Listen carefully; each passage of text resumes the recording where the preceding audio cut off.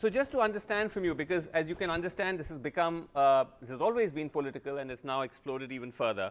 But what is really astonishing from the reporting that you've done and which we've tried to build on is the sheer sweep or the extent of the time that Dassault was paying commissions or kickbacks to this middleman Gupta, going back from 2002 all the way to 2017. So almost 2 decades of paying these commissions, cutting across different governments.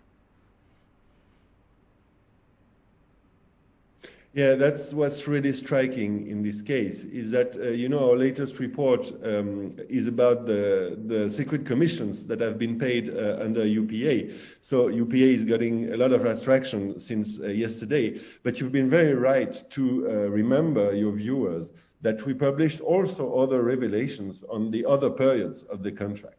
And what is really striking is that there's been problematic, suspicious facts all along the procurement procedure. So starting with the tender in 2007, which was at the origin about 126 jets that Dassault won in 2012, until the final contract, because as you know, Prime Minister Modi, after the change of government, broke the tender and decided to go to a government-to-government contract. Yes. And during the second phase, find the same middleman, again, problematic facts, and also payments from Dassault to the same middleman.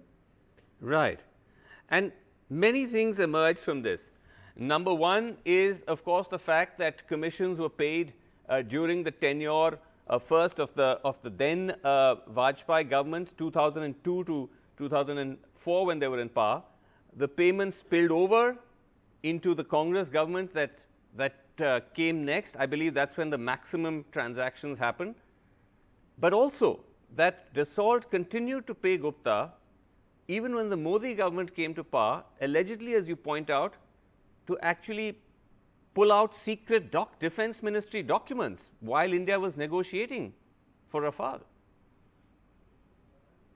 Yes, you also told that very well in your introduction, is that we revealed back in April in the previous investigations that Mr. Gupta obtained very sensitive documents from the Indian Ministry of Defense, and especially, so as you said, records of discussions of the Indian negotiating team, and most importantly, a lot of documents about how the Indian negotiators were calculating the price of the aircraft. Right. And as you know, this is an 8 billion euros contract, so it is absolutely massive.